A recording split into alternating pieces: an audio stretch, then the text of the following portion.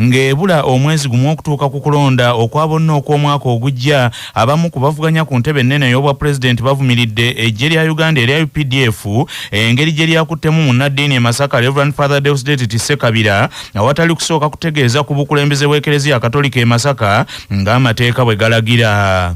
Olunaku lw'eggulo eggye lya UPDF lyakakasizza bannayuganda nti ddala lye lirina musajja wa Katonda okuva mu ssaza lya Eklezia Katolika ery'e Masaka Father Ssekabira ow'ekigo ky'e Bummanje era ssenkulu ow'essomero erya Uphill Primary School erisangibwa mu Masaka. Kyokka mu kusooka Eklezia Katolika ng'eyita mu ssaza lyayo ery'e Masaka yafulumizaawo ekiwandiiko ekitegeeza nti Father Ssekabira badde bamunoonyezza yonna nga tebamulaba era nga batuuseeko ne bimu ku bifo byabwe by'okwerinda bonna ne beegaana nti tebamanyi ku mayitire ge.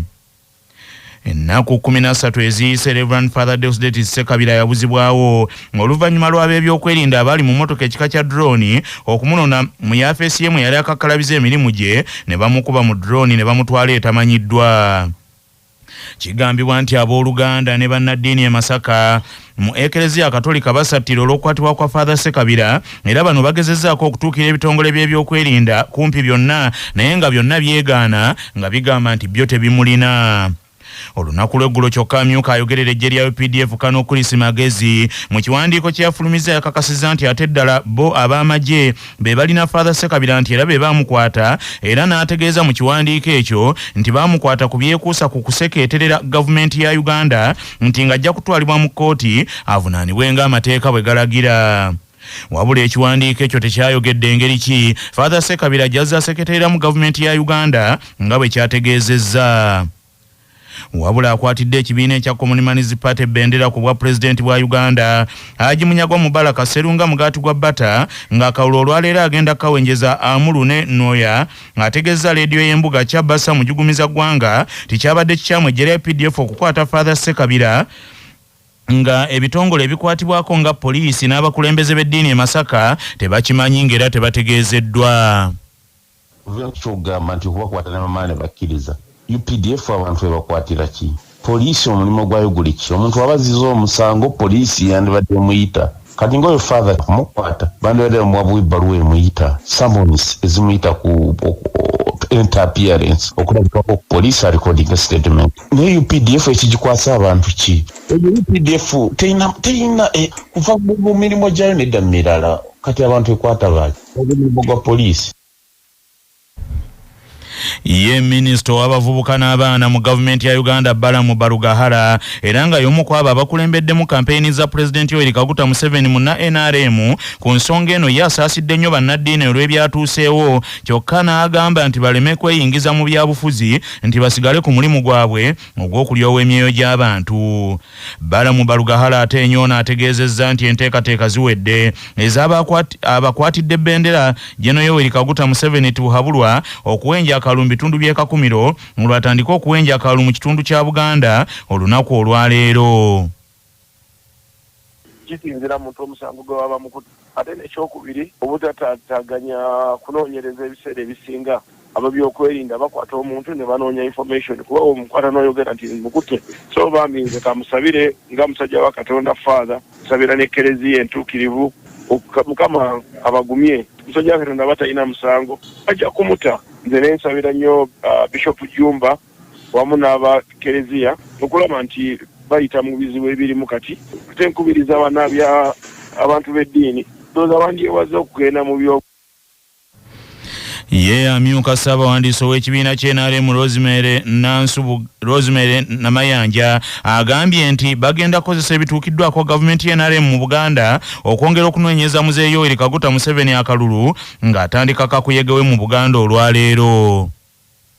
Buganda erina emiruka 1614 ffe tugamba nti waaki buli muluka gubeeremu essomero lya primary naye kwegyo emiruka 1495 gyonna girina amasomero ga primary temiruka giri 1019 gyokka egitalina naye ate waliwo ebyo tubyebaliza USE ku magombolola 324 amagombolola 264 galina amasomero ga secondary schools aga gavumenti ku baana bino ebya loan scheme nti omwana amaze senior 6 tasobodde tafunye government sponsorship naye waliwo loan scheme abaana 1,345 mu kitundu kino ekya Buganda baganyuddwa mu nteekateeka eyo.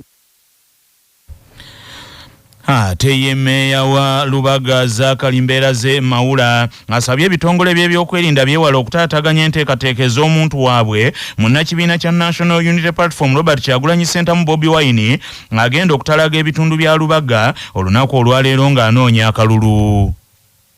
Twakkaanyiza ebitongole by'okwerinda byatuwadde route President ajja kuva Magere ajje straight mu Bulange n'ava mu Bulange agende ku venue esooka Venezuela ejja kubeera nga abantu bendo musingana ku venue esooka abantu mwene tubakwamba mugenda ku venue ezo jagenda okuba Lwale era ajja kuyita wano ku Nabunya ayambuke Lubaga Road ajje wane Kabusu akirire ajje ku Mutesa Stadium embanju wayo wali ekibangirizi wagenda okuba olukungana era namungona ajja kuba nava wano wanguluku ajja kugenda ite na Tete aite ku bypass agenda mungona asoboka nga ali mbudde okugenda kulaliyo okujala polisi twakanyiza tukira kuma emirembe naye tusaba nayo eme kutataganya tekateeka za leero kubanga buli omwali n'eddembe lye okola ki okunoonya akalu ate n'okwagira omuntu we kwakola ki gwagira.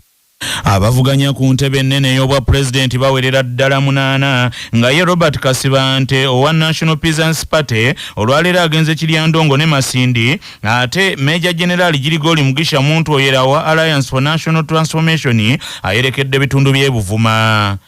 Akwatidde Forum for Democratic Change Bendera James Nathan Nandala Mafabi Majegere agenze Kasese ate Joseph Mabilizo wa Conservative Party agenze mbitundu ebyekanungu nga ne Franka Bulira ayina kugenda Kyankwanzi. Ebyongo bitadde ku mabbali akakiiko k'enseena ak'ebyokulonda kawandiikidde Speaker wa Parliament nga kasaba akaweebwa omwaganyo okusomesa abaka ba Parliament enkozesa y'obuuma bukalimagezi obwa biometric voter verification machines obugenda okukozesebwa mu kulonda okubindabinda. Gavumenti ya kuno yasalawo okukozesa obuuma bwa biometric voter verification machines ku buwaze mu kulonda okujja okwa 2026 nga buli mulonzi okulonda ajja kukwatibwa ebinkumu bye nga tannakkirizibwa kukuba kalulu. Wabula nnaku ntono eziyise wabaddewo okwemulugunya okuva mu bannabyabufuzi abaka ba Parliament abalwanizi b'eddembe n'abalala bakwatibwako ensonga ez'okulonda nga bagamba nti nabo bennyini tebamanyi bikwata ku buuma buno obugenda okukozesebwa kale nga tebamanyi ate bannayuganda ba bulijjo ngeri gye banaabukozesaamu nga nabo kennyini tebubasomesebwanga.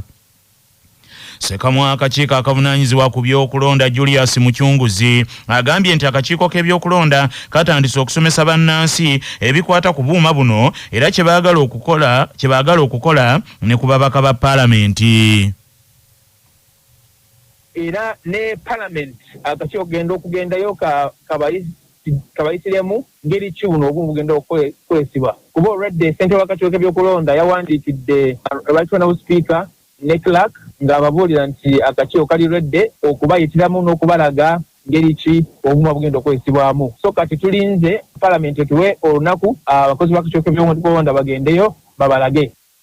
Julius Muchunguzi agambye nti ebibiina by'obufuzi bannamawulire abalondoola ebyokulonda mu Uganda n'abakozi ab'akakiiko ak'ebyokulonda nabo batandise okusomesebwa ku nkozesa y'obuuma buno. Era akakiiko katandika n'abakozi baako abava mu district zonna ne kazzaako abakozi abapya ba IT officers beka recruitinga ennaku eziyiseeko era kati kali mu ku recruitinga emitwalo 5 gy'abagenda okukozesa buno obuuma. Wiiki era yaggwa akakiiko kaayita abakozi abakolera mu bitongole bya gavumenti ba communications officers ne kabalaga ngeri ki obuuma buno bugenda okukozesebwa era ku lunaku olwokusatu wiiki eno akakiiko kayise bannamawulire bonna ne kayita abakulembeze b'ebibiina by'obufuzi ne kayita ba observers ne civil society groups okujja ku kakiiko k'ebyokulonda kabayitiremu kabalage practically obuuma buno ngeri ki byokukolamu.